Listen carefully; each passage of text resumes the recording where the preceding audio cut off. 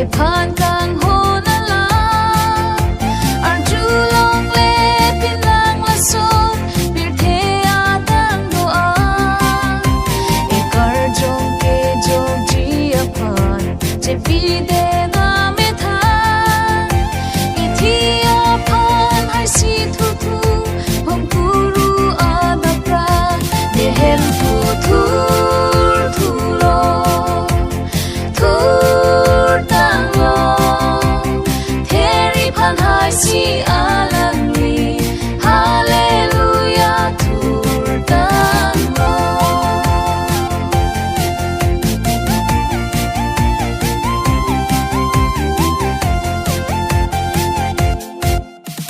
ahom binonga purki mo bonida me kang de alang phan thi ripip de ta sipahi pe ton ple monta pi planga jo jilo kang thir hem pu jisu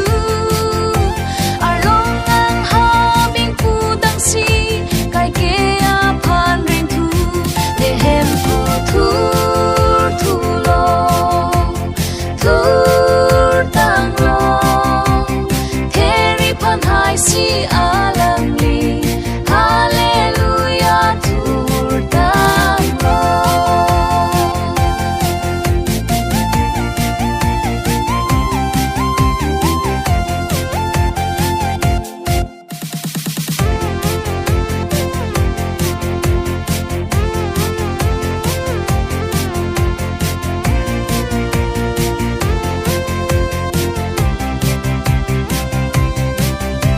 alang ke thi pen ke thu thu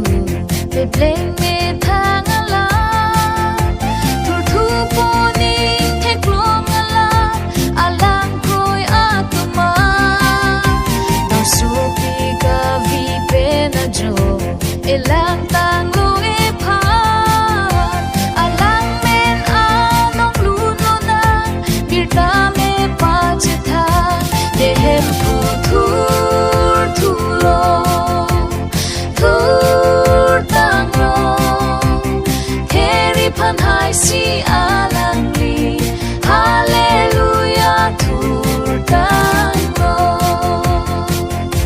de hem